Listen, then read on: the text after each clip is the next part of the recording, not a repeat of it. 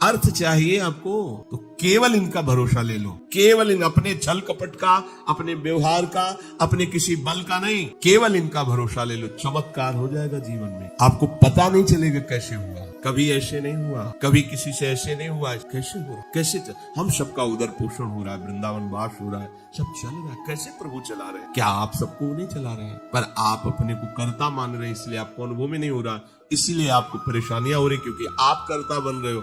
अगर विश्वंभर कर्ता को कर्ता मान लो और उनके आश्रित हो जाओ तो जो चाहोगे मिल जाएगा, अगर न चाहोगे तो वो मिल जाएंगे, जो चाहोगे मिल जाएगा। बिल्कुल कोई चाह न करो तो जो व्यवस्था उनको करनी करेंगे और वो स्वयं मिल जाएंगे। अर्थार्थी भक्त को धन संपत्ति वैभव चाहिए, पर वो केवल हरि से चाहिए, दूसरे से नहीं। पर ये ध्यान रखना, इसकी परीक्षा होगी। आप अपने इष्ट देव के अनन्य होकर के यदि आप अर्थ चाहोगे तो बहुत जल्दी आपका परिवर्तन होना शुरू हो जाएगा। पर आचरण आपके पवित्र होने चाहिए, भी ध्यान रखना।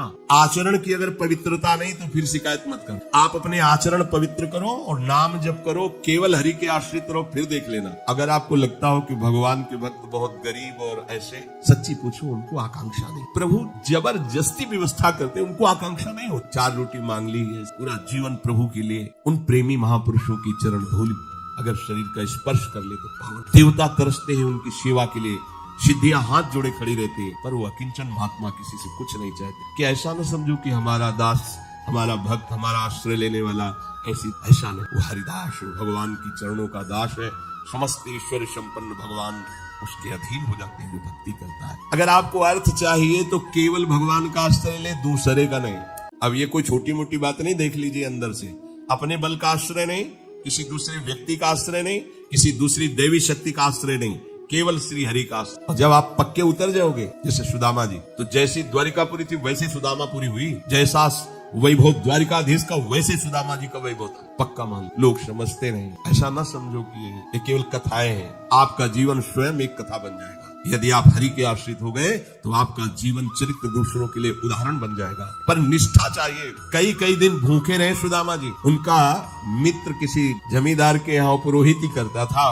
जब पालकी से निकलता था, कहाँ गली गली डोल रहे हो कृष्ण कृष्ण बोलते हुए, आओ हमारे यहाँ, हमारा जजमान धनी है, आके थोड़ा वेद पाठ कर दिया करो, पूरे परिवार का पोषण कपला रहता है। हम वादा करते हैं, उनका नहीं। हमारे जजमान तो श्री घर आते, पत्नी पूछती कुछ मिला, 5 घर हुआ है, कुछ मिला, चलो तुलसी दस्त और चरणामृत। भगवान भगवान। अगर धन ही चाहिए, सुदामा जी की इच्छा नहीं थी, उनकी पत्नी की इच्छा के कारण वो भी इच्छा भगवान ने पैदा की। ये भक्तजनों को ऐसा ना समझो फटे पुराने कपड़े पहने या ऐसे घूम रहे हैं, बड़े अभागी हैं, हम तो बड़े भाग्यवान हैं क्योंकि हमारे पास सारा ऐश्वर्य है। ऐसा ना समझो उनके भाग्य में ऐश्वर्य बनाने वाली मशीन मिल गई है, श्री हरि। वो इस ऐश्वर्य को क्या करे, श्री हरि मिल गए, जिनके रोम कूपों में अनंत ब्रह्मांड वास करते हैं। वो भगवान उनके यार हैं, उनके प्यार हैं।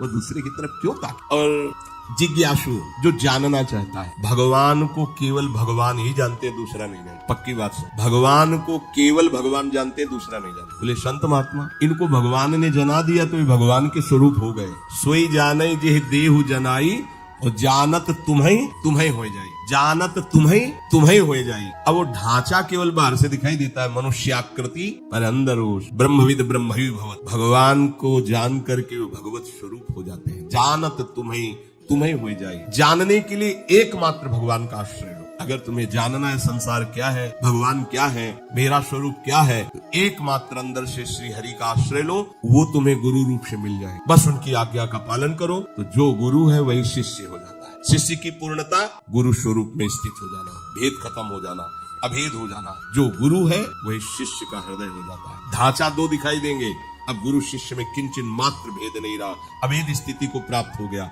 यही गुरु के वचन पालन करने का फल है। जानत तुम्हें हो जाए, वो इष्ट स्वरूप हो जाता है, वो गुरु स्वरूप हो जाता है। ज्ञानी जब भगवत स्वरूप का साक्षात्कार हो जाता है तो जिसके अंदर अभेद भावना होती है वो मोक्ष को प्राप्त, और जिसके अंदर प्रियता होती, थोड़ा हृदय द्रवित होता है, वो आगे बढ़ जाता है। उसके अंदर फिर दास्य शक्य वात्सल्य आदि भावों का प्रेम जागृत होता है। ये मोक्ष से भी स्वादिष्ट है। जो मोक्ष सुखानुभव करने वाले बड़े बड़े महापुरुष हुए, उनके अनुभव निकले जब इस प्रेम का रसास्वादन किया। जैसे भगवान के ही स्वरूप से सुखदेव जी, जब लालजू की रूप माधुरी श्रवणेन्द्री से गई, और वो तो सिद्ध महापुरुष है, जैसा शब्द सुन रहे वैसे ही भाव में रूप जागृत हो रहा है। उनको कोई ध्यान थोड़ी लगाना है, बरहा पीडम नटवर बपू, तो वैसे ही सामने नटवर बपू बिक गए एकदम उस रूप को। इतना सुंदर श्याम, इतना सलोना श्याम, ये तो ब्रह्मानंद को भी फीका कर देने वाला रूप है। उठ खड़े हुए 18,000 श्लोक कंठस्थ के, श्रीमद् भागवत के 18,000 श्लोक कंठस्थ। और ये ऐसे महापुरुष है जो जन्म सिद्ध है। अपने पिता व्यास जी को स्वयं उत्तर नहीं दे रहे, वृक्ष उत्तर दे रहे हैं, सुखोहम वृक्षों से निकल रहा है। ऐसे तदात्म भाव को प्राप्त महापुरुष अर्थात ब्रह्मानंद से भी श्रेष्ठ श्री कृष्ण का रूप रसास्वादन। मधुसूदन सरस्वती जी बंशी विभूषित करा नवनी हृदय भात, उसमें कह रहे कृष्णात् परम किमपि तत्व, हमने कृष्ण से कोई बड़ा तत्व है। तो जो भगवान कह रहे हैं कि ज्ञानी जो भक्त है, यहाँ दो भाव ज्ञानी की, जिन्होंने सत्य को जान करके भगवत स्वरूप में लीन हो गए, या जो सत्य स्वरूप भगवत स्वरूप को जानकर प्रेम में लीन हो गए। प्रेम में लीन होना अभेद होते हुए भी भेद भाव को स्वीकार करना, ये भेद मायाकृत नहीं है, ये चिदानंद भाव भेद है, भाव भेद। ये जो ज्ञान में लीन हो चुके हैं उसके आगे की बात है। इसीलिए इस भेद को वो ना जानने के कारण कहते कुछ न कुछ अविद्या बचती है, तभी भेद दिखाई देता है। ऐसा नहीं है। जिस समय स्वरूप का साक्षात्कार होता है और उसके हृदय में भक्ति का अंश होता है, भक्त को भी स्वरूप साक्षात्कार होता है। मम दर्शन फल परम अनुपा, जीव पाओ निज सहज स्वरूपा। जो ब्रह्म साक्षात्कार में स्वरूपानुभूति होती है वही भक्त को भी होती है। उसी समय उसका वो टिक नहीं पाता वहां, उसी समय उसका आकर्षण होता है उसके आराध्य देव का, और उसकी वृत्ति उसमें लीन न होकर उस आत्म स्वरूप को अपने आराध्य देव के रूप में देखता है, और इतनी तन्मयता हो जाती है कि अपना विस्मरण हो जाता, बस केवल आराध्य देव रह गए। अब यहाँ से प्रेम की दशा प्रारंभ हो जाती है। ज्ञानी सब कुछ विस्मरण करके आत्म स्वरूप में लीन हो जाता है, उसका आत्म स्वरूप भी विस्मरण होकर आराध्य देव के स्मरण में लीन हो जाता है। ये प्रेम की बात। भगवान कहते हैं 4 प्रकार से जन मेरा करते, तो ये सब महान है। अब इसमें सूक्ष्म बात यह है कि अगर हम केवल भगवान से धन चाहेंगे तो धन मिलने पर भी हम माया में नहीं फंसेंगे। जब हम स्वयं अहंकार प्रेरित होकर के कर्म करते हुए धन कमाते हैं तो उसमें आसक्ति होती है, हम उसमें भोक्ता भाव करते हैं, और जब भगवान की तरफ से मिलता है तो प्रसाद भाव रहता है। ये सब प्रभु का प्रसाद है, और प्रसाद होने के कारण वो प्रसन्नता रहती है, धनाभिमान नहीं रहता। प्रसादी सर्व दुखा नाम हानिरस्योपजायते, अंदर प्रसन्नता रहती है और भगवत कृपा का उसको प्रतिपल अनुभव होता रहता है। इसलिए वो धन के राग में न फंसकर प्रभु की तरफ ही खिंचता चला जाता है। कितने कृपालु प्रभु, कितने कृपालु प्रभु। और धनाभिमानी, देहाभिमानी, मैंने ये किया तो इतना लाभ हुआ, मैं इसको ऐसे भोगूंगा, अब ऐसा करूंगा तो इतना और लाभ होगा, वो खिंचता चला जाता है अहंकार की तरफ, ये खिंचता चला जाता है प्रभु की तरफ। अगर प्रभु से हमें धन मिला, प्रभु से कामना की, तो वो कामना संसार में फंसाएगी नहीं,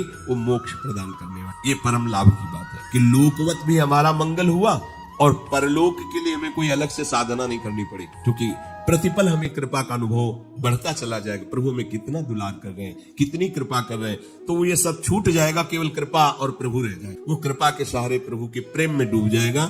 ऐसे कितने भक्तों के चरित्र हैं। जब हम संकट निवृत्ति भगवान से चाहेंगे तब लगेगा अच्छा कोई दूसरा मेरा साथ। भगवान ने ऐसी कृपा, तो अपनी अनुभूतियां जो होती है और प्रभु की तरफ हमें प्रेरित करती है। संकट निवृत्ति के बाद वो प्रभु को भूल नहीं जाएगा, वो प्रभु में आसक्त हो जाएगा। ये आंतरिक बात है, सूक्ष्म बात है। आर्त कोई भी भक्त जो हुआ हो और उसकी संकट निवृत्ति भगवान ने की हो और वो भगवान को भूल करके संसार में ही रमण कर रहा हो, ऐसा नहीं हुआ। भूलने की वो चेष्टा भी करेगा तो भगवान उसे भूलने नहीं देगा, क्योंकि उसने आर्त भाव से ही सही पर प्रभु का आश्रय लिया है, और प्रभु का आश्रित कभी माया में फंस नहीं सकता है, पक्का है, चाहे किसी भी भावना से आश्रय लिया हो। और जो भगवान से जानना चाहता है भगवान को, उसको कभी ज्ञानाभिमान नहीं होता। अगर हम पढ़ लिख करके जानना चाहेंगे तो जान भी नहीं पाएंगे, पर हमें ज्ञानाभिमान हो जाएगा। अगर प्रभु से जानेंगे, गुरु कृपा से जानेंगे तो कभी ज्ञानाभिमान होगा। इसीलिए हमें अगर सांसारिक सुख भी चाहिए तो केवल हरि का आश्रय ले,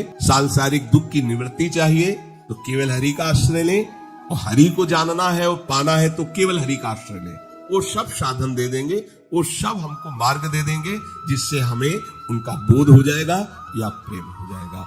हम हरि को छोड़कर अन्य आश्रय न लें, हम हरि को छोड़कर किसी अन्य का भरोसा न करें, तो इस प्रपंच की चाह रखते हुए भी हम भगवान को प्राप्त कर लेंगे। बहुत सरल भगवान ने बता दिया। अब भी समझ में ना आवे तो आप, हमारी यही तो चाहे है, हमें धन मिल जाए, हमारी दुख निवृत्ति हो जाए, हमें ज्ञान हो जाए, हमें मोक्ष हो जाए, सब हो जाएगा। केवल भगवान का आश्रय ले लो और नाम जप करो, पर गंदे आचरण मत करो। आहार विहार संयम से करो, शास्त्र संयम से। अब करो गंदा आचरण। जो गंदे आचरण वाले थे जब प्रभु की शरण में आए तो उलट गए, फिर दोबारा नहीं देखा उधर। तो क्या हुआ, वो महात्मा बन गए। अब अपनी भगवान की शरण में आए, अगर गंदे आचरण करते रहेंगे तो अनुभव नहीं होगा और ये होगा कि पता नहीं भगवान आपके ऊपर प्रसन्न होंगे इसलिए ऐसा हो गया, हमारा तो नहीं हुआ। आप आचरणों को, भगवान का बल आपको सहयोग दे, आपको बचाएगा।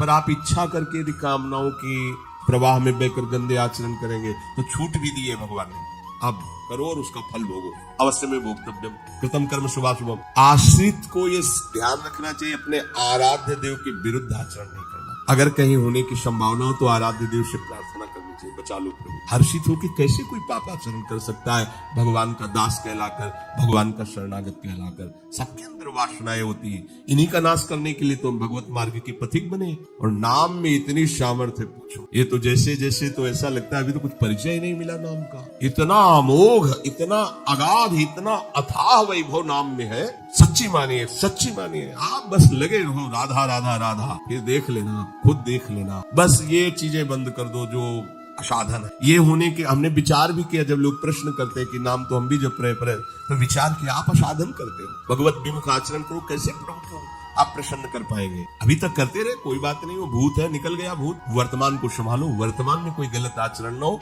तो आपका परम मंगल श्री हरि कर। ये जो त्रिगुणात्मिका माया के द्वारा जिनकी बुद्धि ढक गई है, ये लोग आसुर भाव के हो जाते हैं, राक्षसी स्वभाव। ये मेरा श्रेय नहीं लेते, ये महान नीच कर्मों में ही सुख की खोज करते हैं। पाप कर्मों में स्वाभाविक इनकी रुचि होती है। ऐसे मूढ़ मनुष्य मेरी शरण में नहीं। भगवान कह रहे हैं मेरी शरणगत, मेरे चरणारविंद का आश्रयगत जो भाव तुम्हारे अंदर आएगा, तुम समस्त माया के प्रभाव से तर जाओ। पर क्यों नहीं आते सब लोग, जब इतना आनंद का मार्ग है? इसीलिए नहीं है कि उनकी बुद्धि अपहृत हो गई है, माया ने आसक्त कर लिया है। वो गंदे आचरण, गंदा भोजन, गंदे विचार, दूसरे जीवों की हिंसा, दुख आदि देना, ऐसे स्वभाव वाले जो पाप कर्म रत है, नीच आचरण वाले हैं, उनके हृदय में ये विचार ही नहीं आता कि हम श्री हरि की शरण होकर महामंगल महासुख को प्राप्त हो। उनको ये सार असार का ज्ञान नहीं होता, नित्य अनित्य का ज्ञान नहीं होता। क्या ग्राह्य है, क्या त्याज्य है, क्या विधि है, क्या निषेध है, क्या करना चाहिए, क्या नहीं करना चाहिए, बिल्कुल ज्ञान नहीं। वो अपहृत ज्ञान वाले हैं, उनकी बुद्धि को माया ने आसक्त कर लिया है। तो क्या इनका कभी उद्धार नहीं होगा? जो भगवान से विमुख है, पाप कर्म में रत है, क्या इनके उद्धार के लिए कोई चांस नहीं है? यहाँ भगवान का ये कहने का मतलब नहीं, कहने का भाव ये कि ये लोग आते ही नहीं है हमारी शरण में, हम तो इनका भी स्वागत करेंगे, क्योंकि मेरे ही तो बच्चे हैं ना, गलत मार्ग में चले गए हैं तो मेरे ना।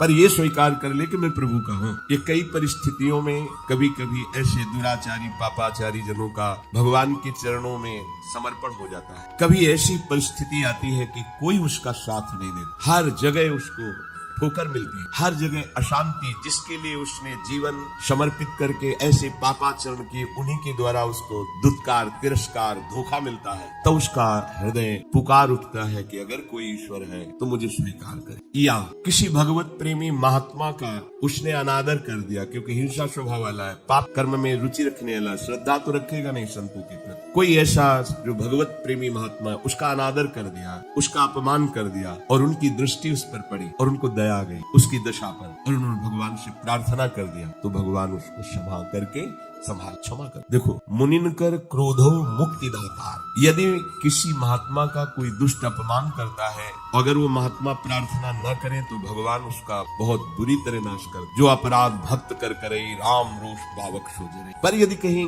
उनकी उस पर दृष्टि पड़ गई, जैसे श्री भगवत स्वरूप नित्यानंद जी जगाई मधाई को देखा कि शराब के नशे में उन्मत्त गंदे भाव से युक्त है, ठाकुर हरिदास जी से कहा कि महाप्रभु ने आदेश किया है कि नाम जगत मंगल करने वाला है, इनको नाम का उपदेश किया जाए।